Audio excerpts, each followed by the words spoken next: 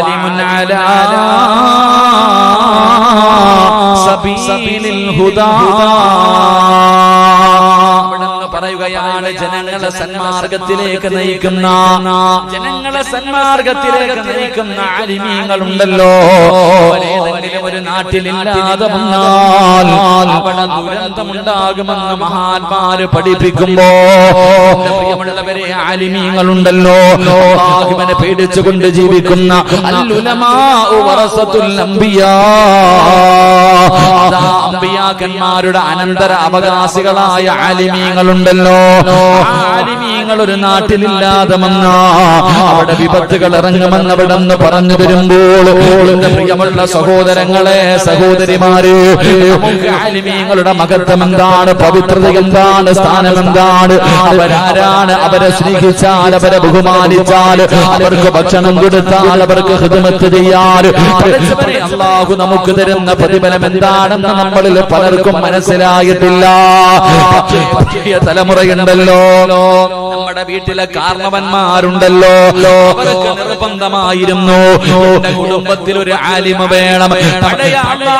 പഴയ വാപ്പമാർക്ക് നിർബന്ധമായിരുന്നു എന്റെ മക്കൾ 5 എണ്ണം ഉണ്ടെങ്കിൽ അതിൽ ഒരെണ്ണം ആലിമാകണം.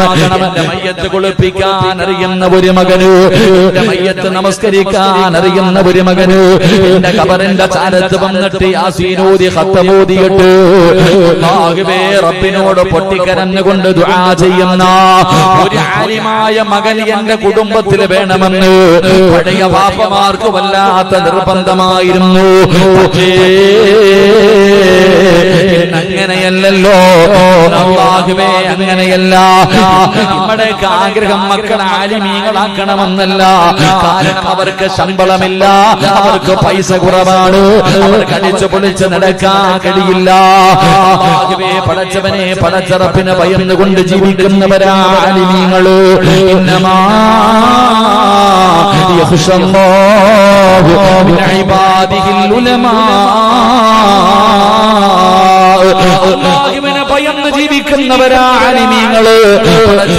നമ്മൾക്ക് അവരുടെ മഹത്വം അറിയില്ല, എങ്കിലും മഹത്വം അറിയുന്ന ഒരു വിഭാഗമുണ്ട്. പള്ളിപ്പറമ്പിൽ കിടക്കുന്ന കബറാളികളുണ്ടല്ലോ. അനസ് റളിയല്ലാഹു തആല അൻഹു പറയുകയാണ്, പള്ളിക്കാട്ടിൽ കിടക്കുന്ന കബറാളികൾക്കറിയാം ഉസ്താദിന്റെ മഹത്വം എന്താ, ആലിമീങ്ങളുടെ മഹത്വം എന്താ, ഇൽമു പഠിക്കുന്ന ഒരു മനുഷ്യന്റെ മഹത്വം എന്താണ്.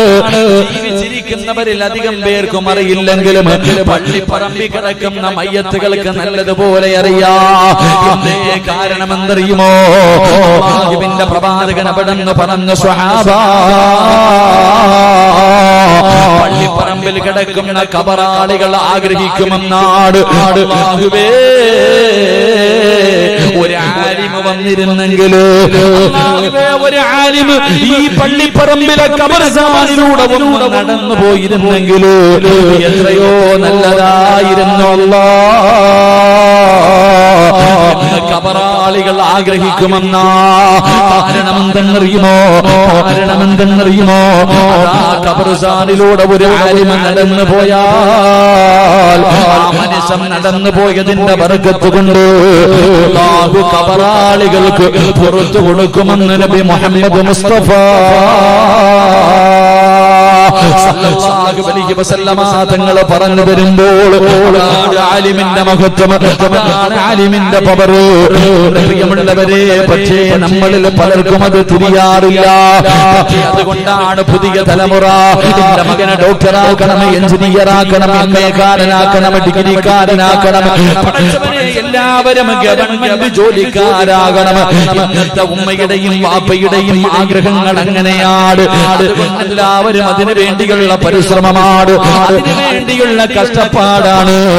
ദുനിയാവ് വെട്ടിപ്പിടിക്കാൻ, നല്ല നല്ല ഉയരങ്ങളിൽ എത്തിക്കുന്നതിന് വേണ്ടി എന്തിനാ മദ്രസയിൽ പോലും അരമണിക്കൂർ പഠിക്കാൻ വിടാൻ, മദ്രസയിൽ പോലും തന്റെ മക്കളെ ഒരു അരമണിക്കൂർ പഠിക്കാൻ വിടാൻ നമ്മളിൽ പലർക്കും സമയമില്ലാതെ വരുമ്പോ എന്താണ് ആലിമിന്റെ മഹത്വമെന്നറിയുമോ? എന്താണ് ആലിമിന്റെ മഹത്വമെന്നറിയുമോ? സാരമല്ല സഹോദരാ, ആലിമിന് വല്ലാത്ത മഹത്വമാണ്. അല്ലാഹു ആദരിച്ച മനുഷ്യനാണ് ആലിമ്. അല്ലാഹു ആദരിച്ചവനാ ആലിമ്. അല്ലാഹുവിന്റെ പ്രവാചകൻ സല്ലല്ലാഹു അലൈഹി വസല്ലമ തങ്ങളുടെ അനന്തരാവകാശികളാണ് ആലിമീങ്ങൾ. എല്ലാവർക്കും ഇൽമു പഠിക്കാൻ കഴിയില്ല, എല്ലാവർക്കും ഖുർആൻ കാണാതെ പഠിക്കാൻ കഴിയില്ല, എല്ലാവർക്കും മുത്തുനബിയുടെ ജീവിതം ഹദീസുകൾ അവിടുന്ന് പഠിക്കാൻ കഴിയില്ല. പ്രിയമുള്ളവരെ, കാരണം അത് അല്ലാഹുവിന്റെ പ്രകാശമാണ്, അല്ലാഹുവിന്റെ നൂറാണ്. ഖാലൽ ഇൽമു നൂറുല്ലാഹി ഹഖുൻ നൂറുല്ലാഹി ലാ യുഅതാ ലിഅസീഹി. അല്ലാഹു ഇഷ്ടപ്പെട്ടവർക്ക് മാത്രമേ അല്ലാഹു അറിവ് കൊടുക്കൂ, അല്ലാഹു ഇൽമു കൊടുക്കൂ, അല്ലാഹു അവരെ ആലിമീങ്ങളാക്കൂ. അതുകൊണ്ട് എന്റെ പ്രിയമുള്ളവരോട് നിങ്ങൾക്ക് പെട്ടെന്ന് മനസ്സിലാകണമെങ്കിൽ ഒരേ ഒരു ചരിത്രം മാത്രം ഞാൻ പറഞ്ഞു തരാം. ആലിമിന്റെ ചരിത്രം പറയട്ടെ. ആലിമിന്റെ ചരിത്രം പറയണ്ട, ആലിമിനെ സ്നേഹിച്ച മനുഷ്യന്റെ മഹത്വം ഞാൻ പറഞ്ഞു തരാം. എന്റെ പ്രിയമുള്ളവരെ, തൃപ്പനിച്ചി ഉസ്താദിന്റെ പേരാണ്. അല്ലാഹുവേ, ആ മഹാനവല്ലാതെ ഇഷ്ടപ്പെടുന്നവരാണ്. നിങ്ങളുടെ സ്നേഹം വെറുതെയല്ല, നിങ്ങളുടെ സ്നേഹം വെറുതെയല്ല. ഞാൻ നിങ്ങൾക്കൊരു ചരിത്രം പറഞ്ഞു തരാ. ഒരു ആലിമിനെ സ്നേഹിച്ച ഒരു മനുഷ്യന്റെ മഹത്വം പറയാ.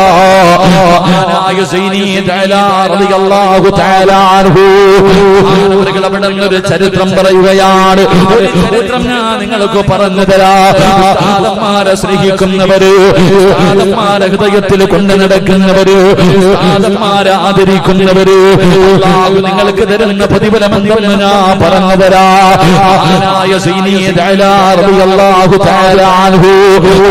പറഞ്ഞു തരികയാണ്. ഒരു നാട്ടിന് മഴയില്ല, വല്ലാത്ത പ്രയാസത്തിലാണ്. വെള്ളം കിട്ടാതെ വരുമ്പോ മൃഗങ്ങൾക്കോ കുടിക്കാൻ വെള്ളമില്ല, എല്ലാവരും വല്ലാത്ത പ്രയാസത്തിലാണ്. അവസാനം ജനങ്ങൾ മുഴുവനും ഒരു ഗ്രൗണ്ടിൽ ഇങ്ങനെ ഒരുമിച്ച് കൂടുകയാ. മഴയില്ലാതെ വന്നപ്പോ കുടിക്കാൻ വെള്ളമില്ല, ജനങ്ങൾ മുഴുവനും വല്ലാത്ത പ്രയാസത്തില. ആ സമയത്ത് നാട്ടുകാര് മുഴുവനും ഒരു ഗ്രൗണ്ടിൽ ഒരുമിച്ച് കൂടി. എന്തിന്? അല്ലാഹുവിനോട് ദുആ ചെയ്യാൻ.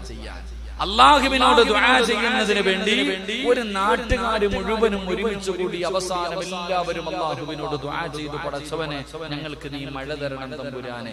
എല്ലാരും അല്ലാഹുവിനോട് ദുആ ചെയ്തു, പക്ഷെ മഴ പെയ്യണില്ല. എല്ലാവരും അല്ലാഹുവിനോട് ദുആ ചെയ്തു, മഴ പെയ്യുന്നില്ല.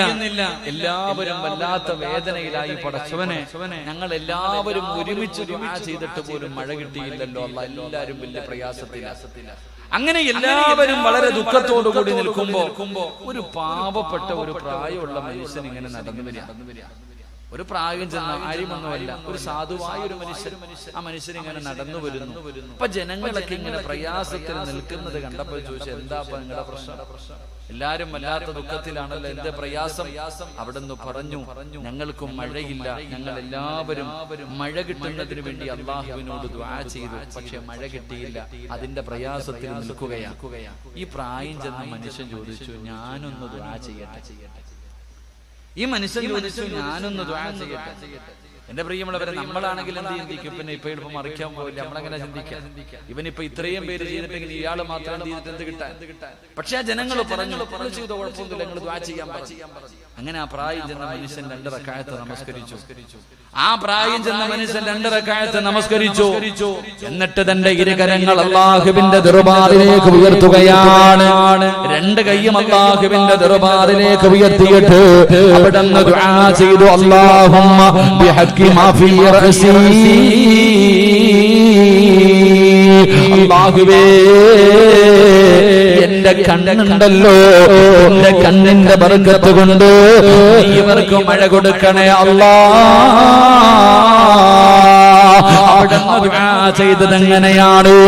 എന്റെ കണ്ണിന്റെ ബർക്കത്ത് കൊണ്ട് നീ ഇവർക്ക് മഴ കൊടുക്കണേ തമ്പുരാന്. ആ മനുഷ്യനങ്ങ് ദുആ ചെയ്ത് കഴിയുമ്പോ സുബ്ഹാനല്ലാഹ്, ആകാശത്ത് നിന്ന് മഴത്തുള്ളികൾ പെയ്തിറങ്ങുകയാണ്. ആകാശത്ത് നിന്ന് മഴത്തുള്ളികൾ പെയ്തിറങ്ങുകയാണ്.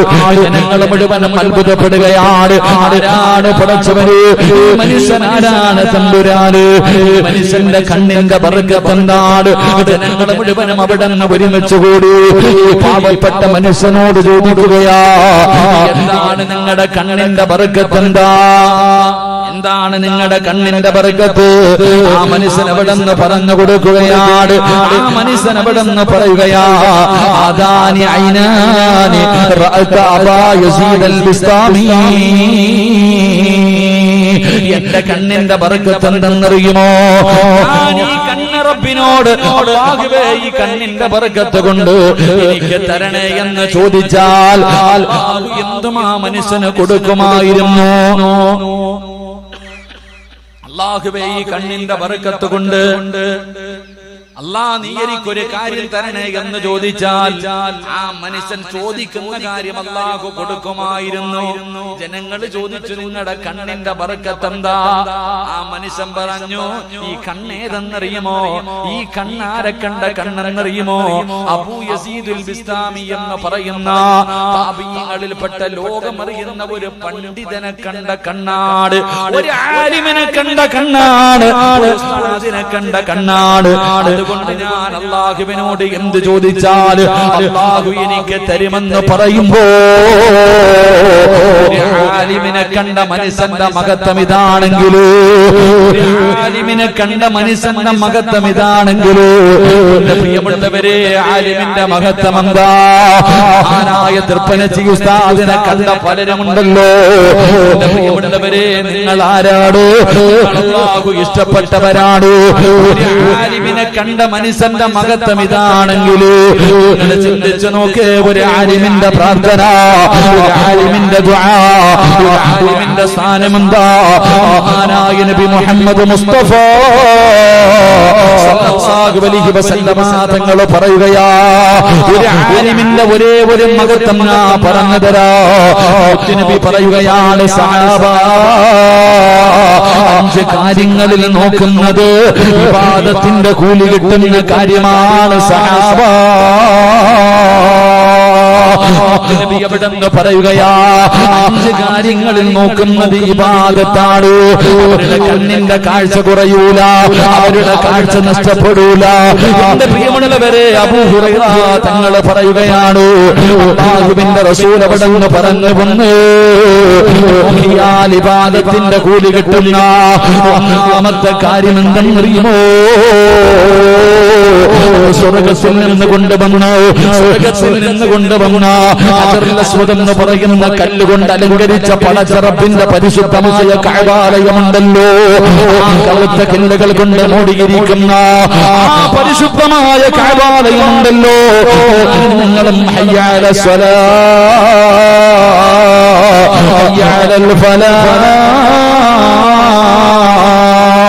അല്ലാഹുവിന്റെ പള്ളിയുടെ മിനാരത്തിൽ നിന്ന് ബാങ്ക് വിളിച്ച പള്ളിക്കകത്തേക്ക് കടന്നു ചെന്നിട്ട് അല്ലാഹുവേ ഞാൻ ഖിബിലയ്ക്ക് അഭിമുഖമായി നിന്ന് നിസ്കരിക്കുന്നു എന്ന് നിയ്യത്ത് ചെയ്തിട്ട് ഞാനും നിങ്ങളും നേരെ നിന്ന് നിസ്കരിക്കുന്ന കഅബയുണ്ടല്ലോ, ആ പരിശുദ്ധമായ കഅബാലയം ഏതെങ്കിലും ഒരു മനുഷ്യനെ കണ്ണുകൊണ്ട് നോക്കിക്കൊണ്ടിരുന്നാൽ നോക്കുന്ന സമയം എത്രയും ഇബാദത്തിന്റെ കൂലിയാണെന്ന് ആദരവായ പ്രവാചകൻ നബി മുഹമ്മദ് മുസ്തഫ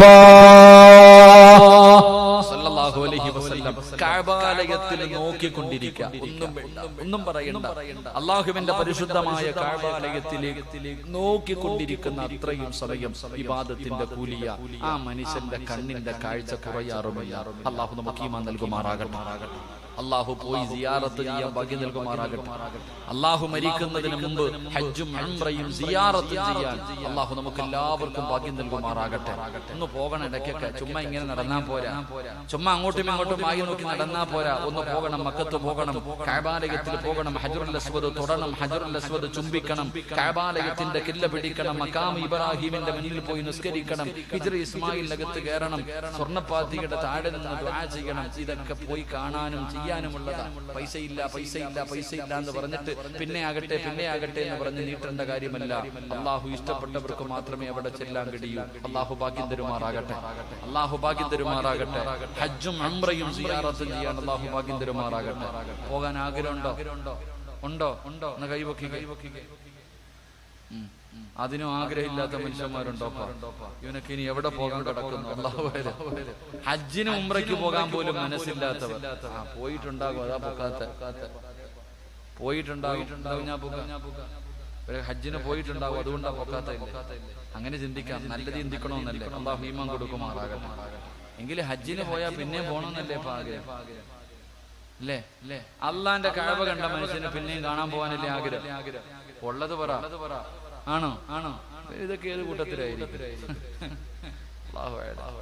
അള്ളാഹു ഹിദായത്ത് നൽകി അനുഗ്രഹിക്കുമാറാകട്ടെ. എല്ലാവരും പോകണം. ചുമ്മാ ഇങ്ങനെ വാരിക്കൂട്ടി വെക്കാനുള്ളതല്ല. ആഫിയത്തും ആരോഗ്യമുള്ള സമയത്ത് വയസ്സാം കാലത്ത് കുമ്മായി ഏതെങ്കിലും വണ്ടി കയറ്റി വിടലല്ല. പാപ്പാനെ പ്രായം ചെന്ന പല മാതാപിതാക്കൾക്കും ഹജ്ജിനും ഉംറയ്ക്കും പോകാൻ പറ്റാത്തതിന്റെ കാരണം മക്കളുടെ തിരക്ക്. മാതാവിനും പിതാവിനും ഹജ്ജിന് പോകണമെന്ന് ആഗ്രഹമുണ്ട്, പൈസയുണ്ട്, പോകാത്ത എന്ത്? മക്കൾക്ക് സമയമില്ല കൊണ്ടുപോകാൻ തന്നെ. ഏതെങ്കിലും ഒരു ഗ്രൂപ്പിൽ കണ്ട ലഗേജ് വിടുന്ന പോലെ വിടാം. ഏതെങ്കിലും ഒരു ഗ്രൂപ്പ് ഉണ്ടെങ്കിൽ അറിയുന്ന ആരെങ്കിലും പോയാ ലഗേജ് കയറ്റിവിടുന്നത് പോലെ വാപ്പാനെ ഉമ്മാനെയും കയറ്റിവിടുക. ഇത് തന്നെ അവസ്ഥ. എന്തിനാടാ മോനെ? അല്ലാഹു ഈമാൻ നൽകുമാറാകട്ടെ. സമയമില്ല ഒന്ന് വാപ്പാനെ കൊണ്ട് മക്കത്ത് പോയിട്ട് ഉംറ ചെയ്യിപ്പിക്കാൻ, ഹജ്ജ് ചെയ്യിപ്പിക്കാൻ. ഇന്നത് മക്കൾക്ക് സമയമില്ല. അതുകൊണ്ട് നാളെ നിങ്ങളുടെ മക്കളും ചെയ്യണമെന്നൊന്നുമില്ല. ഈ യുവന്മാരുടെ ഒക്കെ ഭരണമാണ്. അള്ളാഹു അല ഇനിയിപ്പം കയറ്റി വിട്ടാൽ തന്നെ വലിയ പ്രശ്നം വരും. അത് ഇനി എപ്പോഴാ പറ്റുന്ന അറിയത്തില്ല. ഉള്ള നേരത്തെ പൊക്കോണം. അള്ളാഹു ഭാഗ്യം തരുമാറാകട്ടെ. സത്യല്ലേ? ഈ നിയമങ്ങളൊക്കെ ഇങ്ങനെ വരെയല്ലേ? നമ്മളൊക്കെ ഈ നാട്ടുകാരാണെന്ന് തെളിയിക്കണമെന്ന് പറഞ്ഞ് എന്ത് ചെയ്യാൻ? നിന്റെ വാപ്പാടെ വാപ്പ 1971 51 ഇവിടെ ഉണ്ടെന്ന് പറയുന്നത് തെളിയിക്ക്. എന്ത് രേഖ നിന്റെ ഉള്ള? എന്ത് രേഖയുള്ള? ഒരു രേഖയില്ല മനുഷ്യ. കാരണം എന്ത്? നമുക്ക് എന്തിനാ രേഖ? പള്ളിക്കാട്ടി പോകാൻ വേണ്ടി കാത്തിരിക്കുന്നത് നമുക്ക് എന്ത് രേഖ? എടാ അസ്റായീൽ എപ്പോഴാ വരുന്നതെന്ന് പറഞ്ഞിട്ട് കാത്തിരിക്കുക. അപ്പോഴാ ഇനിയിപ്പോ നീ ഇവിടെ ജനിച്ച, നീ എവിടെ ജനിച്ച നമുക്കെന്താ? സ്വർഗമെന്ന് പറയുന്ന വീട്ടിലേക്ക് പോകാൻ പള്ളിയിൽ നിന്ന് കൊണ്ടുവരുന്ന മയ്യത്ത് കട്ടിൽ എന്ന് പറയുന്ന വാഹനവും കാത്തു നിൽക്കുന്നവരെ നമുക്ക് എണ്ണ വന്ന പെട്ടെന്ന് നമുക്ക് പോകണം. അള്ളാഹു ഭാഗ്യം തരുമാറാകട്ടെ. പോണ്ടേ? എന്താ പോണ്ട? ഇല്ല, ഇവിടെ തന്നെ നിൽക്കണം. അസ്റായീൽ വന്ന് വിളിച്ചാ പോണോ? പോണ്ടാന്ന് പറഞ്ഞാൽ ചങ്ങാതി വിട്ടിട്ട് പോവോ? ഇവിടെ കരുണയെന്ന് പറയുന്ന സാധനം ചങ്ങാതിക്കില്ല. അതാ വേറെ ആരുടെയും അസ്റായീൽ എന്ന് പറയുന്ന മലക്കിന് കരുണയില്ല. നീ ഒന്ന് പറഞ്ഞാൽ കേൾക്കത്തില്ല. എന്തൊക്കെ കൊടുക്കാന്ന് പറഞ്ഞാലും ഒരു പരിഗണനയില്ല. അതുകൊണ്ട് തന്നെ എന്തിനെ ആ മലക്കിന് അള്ളാഹു ഈ ജോലി കൊടുത്തത്? മനസ്സിനെ സൃഷ്ടിക്കാൻ വേണ്ടി തീരുമാനിച്ചപ്പോ അള്ളാഹു എല്ലാ മലക്കുകളോടും പറഞ്ഞു അത്രേ, ഭൂമി പോയിട്ട് ഒരു പിടി മണ്ണ് വാരിയിട്ട്. എല്ലാ മലക്കുകളും വന്നപ്പോ ഭൂമി കരച്ചില. ദയവ് ചെയ്ത് എടുക്കരുത്, സങ്കടം പറയാ. എല്ലാരും പിരിഞ്ഞു പോയി. അസ്റായീൽ അലൈഹിസ്സലാം ഇങ്ങോട്ട് വന്നപ്പോ ഭൂമി പറഞ്ഞ എത്ര കരഞ്ഞുകൊണ്ട്, നീ പോ, അള്ളാഹ് പറഞ്ഞ ഞാൻ എടുക്കും, പൊട ചങ്ങാതി എടുത്തോണ്ട് പോയി. ഇത് ഒരു കരുണയില്ലാത്ത മലക്കാണ് അസ്റായീൽ. വന്നു കഴിഞ്ഞാൽ കൊണ്ടേ പോകത്തുള്ളൂ. അള്ളാഹു നമ്മുടെ യാത്ര നല്ല പോലെ ആക്കി തരുമാറാകട്ടെ. അള്ളാഹു നല്ല യാത്ര നൽകുമാറാകട്ടെ. എന്റെ പ്രിയമുള്ള സഹോദരങ്ങളെ, ഉംറയ്ക്കും ഹജ്ജിനൊക്കെ ഞാൻ ഇൻഷാ അല്ലാഹ് ഉംറയ്ക്ക് പോകാൻ തീരുമാനിച്ചിട്ടുണ്ട്. അള്ളാഹു ഭാഗ്യം തരുമാറാകട്ടെ. നിങ്ങളൊക്കെ ദുആ ചെയ്യോ? ഓസിന് വേണ്ട, ഓസിന് ഒരു പാല വിട്ട് അങ്ങോട്ടും ഇങ്ങോട്ടും പോകണം. നിങ്ങളൊക്കെ ദുആ ചെയ്തിട്ട് ഞാൻ അവിടെ പോയാ എനിക്ക് ദുആ ചെയ്തവർക്ക് വേണ്ടി ഞാൻ അവിടെ നിന്ന് ദുആ ചെയ്യാം ഇൻഷാ അല്ലാഹ്. ഇനി പറ, ദുആ ചെയ്യോ? സന്തോഷം ഇല്ലാത്തതിന്റെ ദുആ ചെയ്യോ? അല്ലാഹു നമ്മളെല്ലാവരെയും എത്തിക്കുമാറാകട്ടെ. ഞാൻ ഇൻഷാ അല്ലാഹ് അടുത്ത മാസം റബീഉൽ അവ്വലിലാ പോണേ. എല്ലാം വാഴല്ലേ അപ്പ. റബീഉൽ അവ്വലിൽ പോയിട്ട് മുത്തുനബിയുടെ റൗള ഒന്ന് കാണണമെന്ന് വലിയ ആഗ്രഹം. റമളാൻ മാസത്തിൽ പോകണമെന്ന് ആഗ്രഹിച്ചു. പള്ളി ജോലി ഉള്ളത് കാരണം അത് പറ്റിയില്ല. ഹജ്ജിന് പോകാൻ പിന്നെ അത് എന്തായാലും ഇൻഷാ അല്ലാഹ് മനസ്സിൽ വലിയ ആഗ്രഹമുണ്ട്. നബിദിനത്തിന് ഇൻഷാ അല്ലാഹ് ഉംറയ്ക്കും പോകണം. അടുത്ത വർഷം ഹജ്ജിനും പോകണം. അള്ളാഹു ഭാഗ്യം തരുമാറാകട്ടെ. അള്ളാഹു നമുക്കൊക്കെ ഭാഗ്യം തരുമാറാകട്ടെ. ഹജ്ജിന് പോയാൽ കിട്ടുന്ന പ്രതിഫലം എന്താ? ഹജ്ജിന് പോയാൽ കിട്ടുന്ന പ്രതിഫലം എന്താ അറിയോ? അറിഞ്ഞിരുന്നെങ്കിൽ വീട് വിറ്റിട്ട് പോയാൽ. ഹജ്ജിന് പോകുന്ന ഒരു മനുഷ്യൻ അള്ളാഹു കൊടുക്കുന്ന പ്രതിഫലം അറിഞ്ഞിരുന്നെങ്കിൽ ഇവിടത്തെ എല്ലാം വിറ്റിട്ട് പോയാൽ. അള്ളാഹു ഈമാൻ നൽകുമാറാകട്ടെ. ഹജ്ജിന്റെ പ്രതിഫലം അൽ ഹജ്ജുൽ മബ്റൂർ ലൈസ ലഹു സവാബുൻ ഇല്ലൽ ജന്ന. സ്വർഗ്ഗവാ പ്രതിഫലം. നിന്റെ ഹജ്ജ് അള്ളാഹു സ്വീകരിച്ചാൽ അതിന്റെ പ്രതിഫലം സ്വർഗ്ഗമാണ്. അള്ളാഹു നൽകുമാറാകട്ടെ. രണ്ടാമതൊരു പ്രതിഫലം കൂടെയുണ്ട്. ഒരു ഹാജിക്ക് എത്ര പേരെ സ്വർഗത്തിൽ കൊണ്ടുപോകാം? ഒരു ഹാജി ഹജ്ജ് ചെയ്ത ഒരു ഹാജിക്ക് എത്ര പേരെ സ്വർഗത്തിൽ കൊണ്ടുപോകാം? ഒരു ഹാഫിദിന് 40 പേർ, ആലിമിന് 10 പേർ, അള്ളാഹുവിന്റെ ദീനിന് വേണ്ടി പോരാടിയ ശുഹദാഇന് 70 പേർ. ഒരു ഹാജിക്കോ എത്ര പേര്? പറ മനുഷ്യ, എത്ര പേര്? 400 പേരെ കൊണ്ടുപോകാം. അള്ളാഹു ഭാഗ്യം തരുമാറാകട്ടെ. എത്ര പേരെ കൊണ്ടുപോകാം? പറ, എത്ര പേരെ കൊണ്ടുപോകാം? അപ്പൊ നിങ്ങളൊക്കെ ഇങ്ങനെ ചിന്തിക്കുക, ഉസ്താദേ ഓരോ ഹാജിയാക്കന്മാരുടെ കയ്യിലിരിപ്പ് കണ്ട ഓൻ തന്നെ പോകാറില്ല. ഇന്നത്തെ ചില ഹാജിയാക്കന്മാരുടെ ഹജ്ജിന് പോയിട്ട് വന്ന വാപ്പാടെ ഉമ്മാടെ സ്വഭാവം കണ്ട അവരെങ്കിലും പോകും, അവര് പോലും പോകത്തില്ല. അങ്ങനത്തെ ജീവിതം. 400 പേരെ ഹജ്ജ് ചെയ്ത ഒരു ഹാജിക്ക് സ്വർഗത്തിൽ കൊണ്ടുപോകാൻ ഭാഗ്യമുണ്ടെന്ന്, ശഫാഅത്ത് ചെയ്യാനുള്ള അർഹതയുണ്ടെന്ന്. പക്ഷെ ഹാജിയായിട്ട് ജീവിക്കണം. അപ്പോഴേ അള്ളാഹു പ്രതിഫലം തരും. അള്ളാഹു ഈമാൻ തരുമാറാകട്ടെ. അല്ലാതെ മക്കത്തും മദീനത്തും പോയിട്ട് വന്നിട്ട് പലിശ പരിപാടി വീണ്ടും പഴയതുപോലെ. ഉമ്മയൊക്കെ വന്ന് അല്ലാഹുവേ ഹജ്ജുമ്മയാണ്, ഹജ്ജൊക്കെ കഴിഞ്ഞ് വന്നത്, ഇപ്പോഴും ടിവിയുടെ ഫ്രണ്ടിൽ ഇരിക്കാം. മക്കള് തന്നെ ചോദിക്കുക, എന്തിനാ ഉമ്മ അങ്ങനെ മക്കത്ത് വരെ പോയി? അങ്ങനത്തെ അല്ല, ഹാജിയെ പോലെ ജപിക്കണം. അതൊരു വലിയ പദവിയാ, അത് വലിയൊരു അംഗീകാരമാണ്. നീ അള്ളാഹുവിന്റെ അതിഥിയാ. ഹാജി എന്ന് പറഞ്ഞ വെറുതെ എഴുതി വെക്കാനുള്ള സാധനമല്ല. ഹാജി എന്ന് പറയുന്നത് പലരും ഹജ്ജിന് പോകുന്ന എന്തിന്റെ പേരില്ല? അടുത്ത് നടന്ന ഒരു സംഭവം ഞാൻ പറയാം. എന്റെ പ്രിയമുള്ള സഹോദരങ്ങളെ, പലരും ഹജ്ജിന് പോകുന്നത് പേരിന് വേണ്ടി. ഒരാൾ ഹജ്ജിന് പോയിട്ട് വന്നു. ഇപ്പൊ നമ്മുടെ നാട്ടിലൊക്കെ വെള്ളിയാഴ്ച ദിവസം ഈ ചെറിയ പള്ളികളിലൊക്കെ കമ്മിറ്റിക്കാർ ഇങ്ങനെ കയറി പോകുന്ന വാതിലിരിക്കും. ആരെങ്കിലും തരുന്ന പൈസ മേടിച്ചിട്ട് എഴുതി വെക്കാൻ ദുആ ചെയ്യാം. ഇവിടെ കൊണ്ടോ അങ്ങടെ നാട്ടിലൊക്കെ കണ്ടിട്ട്. അപ്പൊ ഒരു പള്ളിയുടെ സെക്രട്ടറി ഇങ്ങനെ എഴുതിക്കൊണ്ടിരിക്കുമ്പോൾ ഒരാള് വന്നിട്ട് ഒരു പൈസ കൊടുത്തിട്ട് പറഞ്ഞു എഴുതാൻ. അപ്പൊ അദ്ദേഹം എഴുതി വെച്ചു. ഉദാഹരണം പറഞ്ഞ അബൂബക്കർ 501 രൂപ ദുആ ചെയ്യാം. അപ്പൊ അയാൾ ചോദിക്കാം, ഞാൻ പോയപ്പോ നിന്നോട് പറഞ്ഞിട്ടല്ലേടാ പോയത്? ഞാൻ പോയപ്പോ നിന്നോടും കൂടെ പറഞ്ഞിട്ടല്ലേ പോയത്? എവിടെ പോയപ്പോ? ഹജ്ജിന് പോയപ്പോ. ഹാജിന്ന് എഴുതിയില്ല, അതിന്റെ പേര്. എന്റെ പ്രിയമുള്ളവരെ, അപ്പൊ അങ്ങനെ ചിന്തിക്കുന്നവരുമുണ്ട്. അള്ളാഹു നമുക്ക് ഈമാൻ നൽകുമാറാകട്ടെ. അപ്പൊ പരിശുദ്ധമായ കഅബാലയത്തിൽ പോയി ഹജ്ജ് ചെയ്ത എത്ര പേരെ കൊണ്ടുപോകാം? 400 പേരെ ഒന്നും കൊണ്ടുപോകണ്ട, സ്വന്തമായിട്ടെങ്കിലും ഒന്ന് പോയാൽ മതി. അള്ളാഹു ഭാഗ്യം തരുമാറാകട്ടെ. ഞാനിപ്പോ എന്തായാലും ഹജ്ജിന് പോയിട്ടുണ്ട്, അള്ളാഹു സ്വീകരിക്കുമാറാകട്ടെ. എനിക്ക് 400 പേരെ കൊണ്ടുപോകണമെന്നൊന്നും ആഗ്രഹമില്ല. ഞാനെങ്കിലും എങ്ങനെയെങ്കിലും ഒന്ന് കയറി പോയാൽ മതി. അള്ളാഹു രക്ഷപ്പെടുത്തുമാറാകട്ടെ. അപ്പൊ ഞാൻ പറഞ്ഞത്, പരിശുദ്ധമായ കഅബാലയത്തിൽ ചെന്നിട്ട് നോക്കിക്കൊണ്ടിരുന്ന ഇബാദത്തിന്റെ കൂലി, കണ്ണിന്റെ കാഴ്ച, കണ്ണാടിയെ കൂലി കളഞ്ഞ വാപ്പാരി വേണ്ട, പോയിട്ട് അവിടെ ഇരുന്നോ. 2 അള്ളാഹുവിന്റെ വിശുദ്ധമായ ഖുർആൻ, 114 സൂറത്തുകൾ, 6666 ആയത്തുകൾ നോക്കിക്കൊണ്ടിരിക്കും. അറിയത്തില്ലേ? വേണ്ട. അള്ളാഹുവിന്റെ പരിശുദ്ധമായ ഖുർആൻ എടുത്തിട്ട് നിനക്ക് ഓതാൻ അറിയില്ലെങ്കിലും നീ നോക്കിക്കൊണ്ടിരിക്കുക. നിനക്ക് ഇബാദത്തിന്റെ കൂലിയുണ്ടെന്ന് നബിയുനാ റസൂലുള്ളാഹി നബിയുനാ റസൂലുള്ളാഹി. പക്ഷെ ഇന്ന് നമ്മൾ നോക്കണത് എവിടെ? ഏറ്റവും കൂടുതൽ നോക്കുന്നത് ഇന്ന് ആണുങ്ങളും മൊബൈലിലാണ്. അല്ലാഹുവേ, മൊബൈലായാൽ മതിയായിരുന്നു ചില ആഗ്രഹിക്കുക.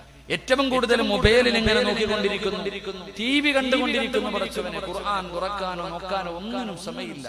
അല്ലാഹു നമുക്ക് ഈമാൻ നൽകുമാറാകട്ടെ. 3 പ്രവാചകൻ സല്ലല്ലാഹു അലൈഹി വസല്ലമ തങ്ങൾ പറഞ്ഞു, ഉമ്മയുടെ മുഖത്ത് നോക്കുക, ഉമ്മയുടെ മുഖത്ത് നോക്കിക്കൊണ്ടിരിക്കുക, അത് ഇബാദത്തിന്റെ കൂലി കിട്ടുന്ന കാര്യമാണെന്ന് നബിയുനാ റസൂലുള്ളാഹി. ആരുടെ മുഖത്ത് നോക്കുക?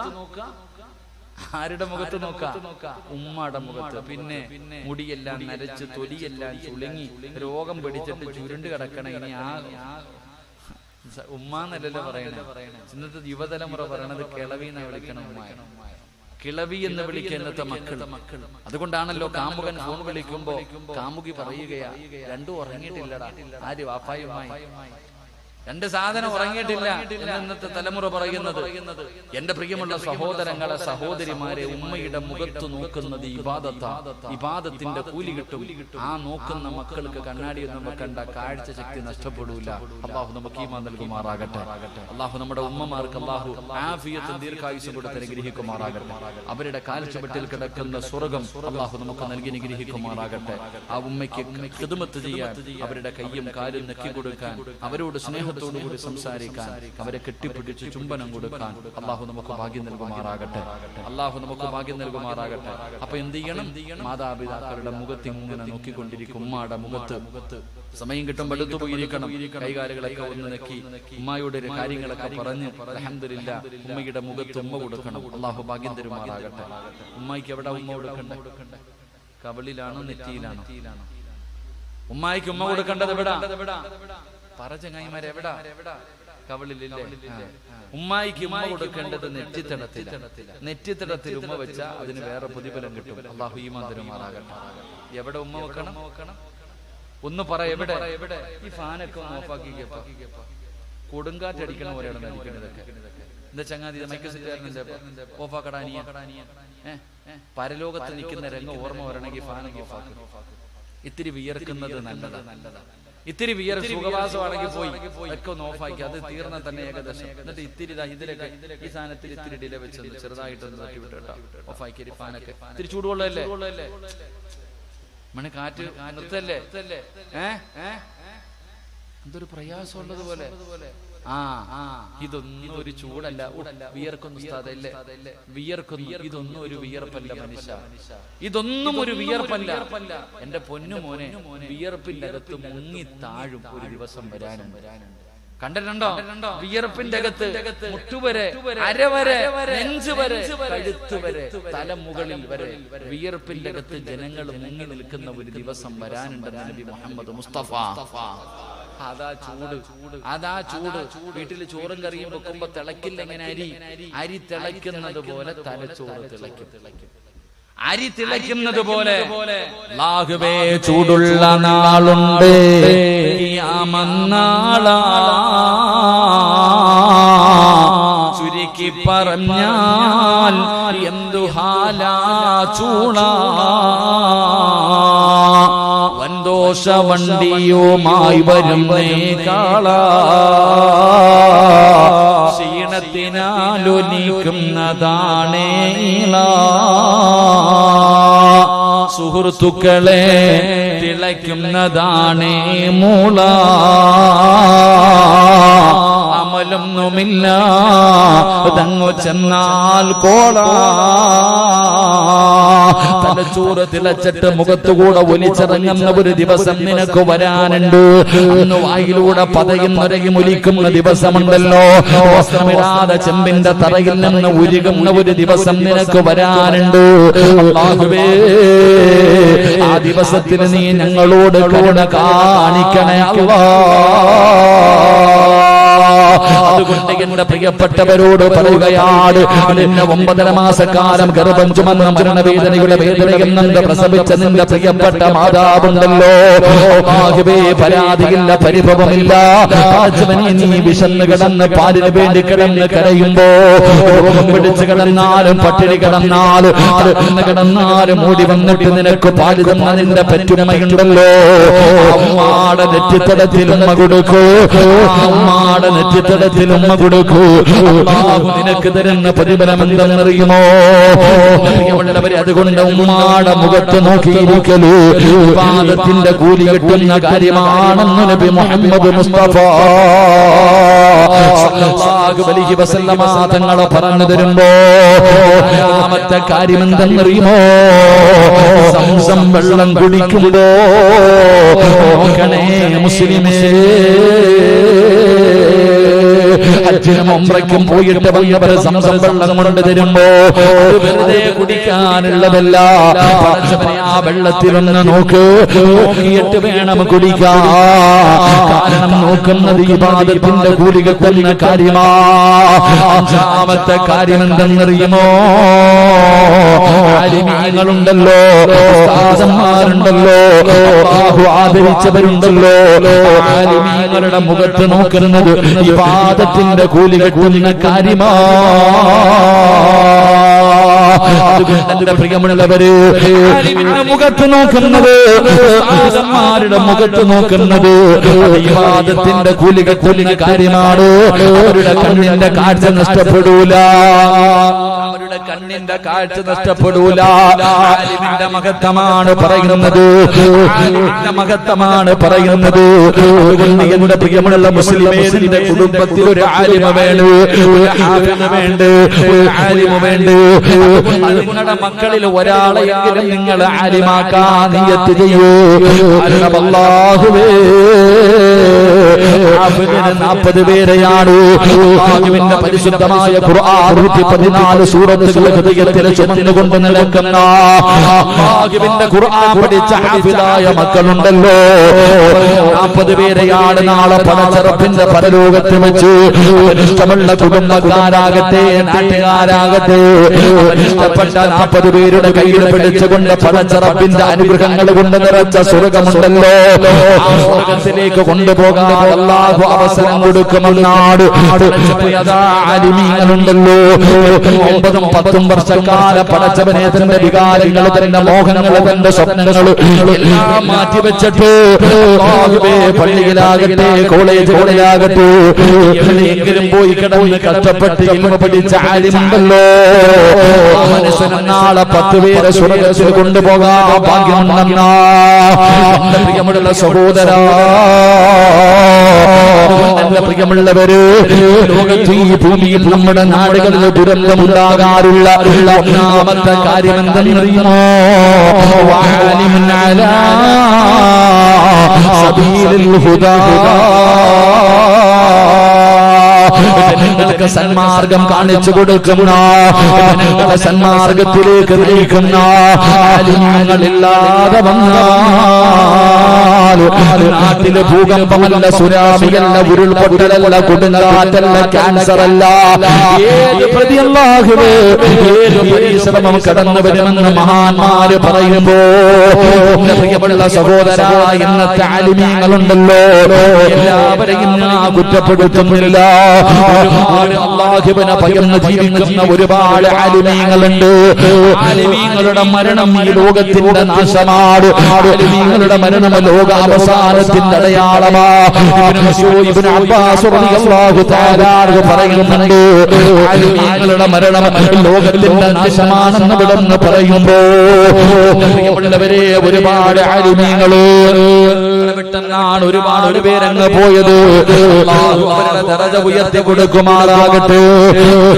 സദസ്സിലിരിക്കുന്ന എന്റെ പ്രിയപ്പെട്ട ഉസ്താദന്മാരോട് ആരെയും ഞാൻ അടച്ചാക്ഷേപിക്കുന്നില്ല. പക്ഷേ പല ഉസ്താദന്മാർക്കും ഉള്ളത് പറയാ പേടിയാ. മറന്നു പോകുന്നു, മറന്നു പോകുന്നു. അധികം എല്ലാവരെയും ഞാൻ ആക്ഷേപിക്കുന്നില്ല. ഉൾപ്പെടെയുള്ള സമൂഹമുണ്ടല്ലോ എന്ന് ഉള്ള കാര്യം തുറന്നു പറയാൻ പേടിയാ. ഭൂമിയിൽ ദുരന്തമുണ്ടാകാനുള്ള കാരണങ്ങൾ പെട്ടതാണ് ജനങ്ങൾക്ക് സന്മാർഗം കാണിച്ചു കൊടുക്കുന്ന ആലിമീങ്ങൾ. ഇല്ല എന്ന് ഞാൻ പറയുന്നില്ല, ഉണ്ട്. അല്ലാഹു അവർക്കൊക്കെ ദീർഘായുസ്സ് കൊടുക്കുമാറാകട്ടെ. പക്ഷേ പലർ കുറച്ച് പഠിച്ച ഇൽമ മറക്കുകയാണ്. പറയാ ഉള്ളത് ഏത് വൃത്തികേടുകൾ നടന്നാലും പറയാൻ മടിയാ. ഏതെങ്കിലും മോശമായ കാര്യങ്ങൾ, കള്ളുകുടിയെ കുറിച്ചോ വ്യഭിചാരത്തെ കുറിച്ചോ പലിശയെ കുറിച്ചോ പല കാര്യങ്ങളെ കുറിച്ചോ പറയാൻ ഉസ്താദന്മാർക്ക് പേടിയ. കാരണം പറഞ്ഞ പിന്നെ വീട്ടിൽ പോയിരിക്കേണ്ടി വരും. അല്ലാഹു ഈമാൻ തരുമാറാകട്ടെ. കാരണം പള്ളിയിലെ ഖതീബന്മാർക്ക്, ചില ഉസ്താദന്മാർക്ക് പറയാൻ പേടി. എന്തേ കാരണം? പറഞ്ഞു കഴിഞ്ഞാൽ പെട്ടിയും പ്രമാണവും പറക്കി വെച്ചിട്ട് വേണം പറയാൻ. സെക്രട്ടറിയെ കുറിച്ചോ പ്രസിഡന്റിനെ കുറിച്ചോ നാട്ടിലെ പണക്കാരനെ കുറിച്ചോ എന്തെങ്കിലുമൊക്കെ പറഞ്ഞു കഴിഞ്ഞാൽ പിന്നെ പെട്ടി എടുത്തുകൊണ്ട് പോകേണ്ടി വരും.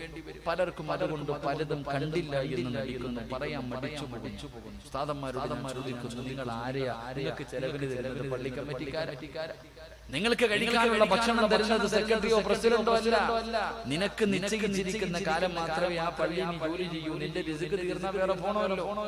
അതുകൊണ്ട് എന്റെ പ്രിയപ്പെട്ട ഉസ്താദന്മാരോട് പറയുന്നു, മരിക്കുന്ന കാലം വരെ നിനക്ക് ഭക്ഷണം തരാമെന്ന് അല്ലാഹു ഏറ്റിരിക്കുകയാണ്. അല്ലാഹു ഈമാൻ തരുമാറാകട്ടെ. ഉസ്താദന്മാർക്ക് മരിക്കുന്ന കാലം വരെ ഹലാലായ ഭക്ഷണം കൊടുക്കാമെന്ന് അല്ലാഹു ഏറ്റിട്ടുണ്ട്. അത് അല്ലാഹു ഏറ്റിരിക്കുക. നിങ്ങൾ എന്തിനാ പേടിക്കണം? ഉള്ളത് പറയാ.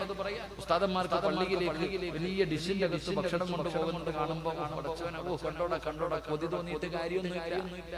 അത് അല്ലാഹു അവർക്ക് ചെയ്തിരിക്കുന്ന അനുഗ്രഹമാണ്.